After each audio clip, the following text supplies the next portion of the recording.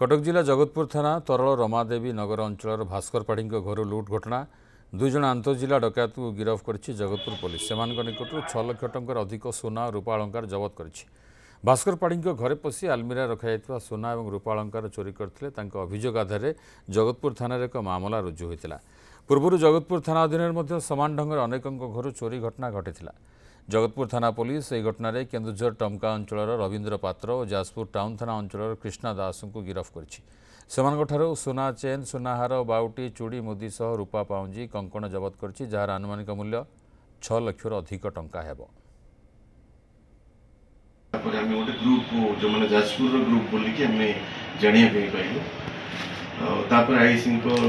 IC और team सब जाजपुर जाते जाजपुर रोड सहायता नियाला आम 2 जन वेटरान क्रिमिनाल को आम अरेस्ट कराई से 2 जन होते गोटे रवींद्र पात्र बोलिकी तार केन्दुझर टमका थाना अंडर आउ जड़े कृष्णा दास बोलिकी अच्छा एमान ना पाखापाखि कृष्णा दास नाम पाखापाखि 30 पाखापाखि केस अच्छी 26 केस अच्छी या सहित आहरी मर्डर केस अच्छी जाजपुर रोड रे केस अच्छी रवींद्र पात्र ना पाखापाखि 12टी केस अच्छी।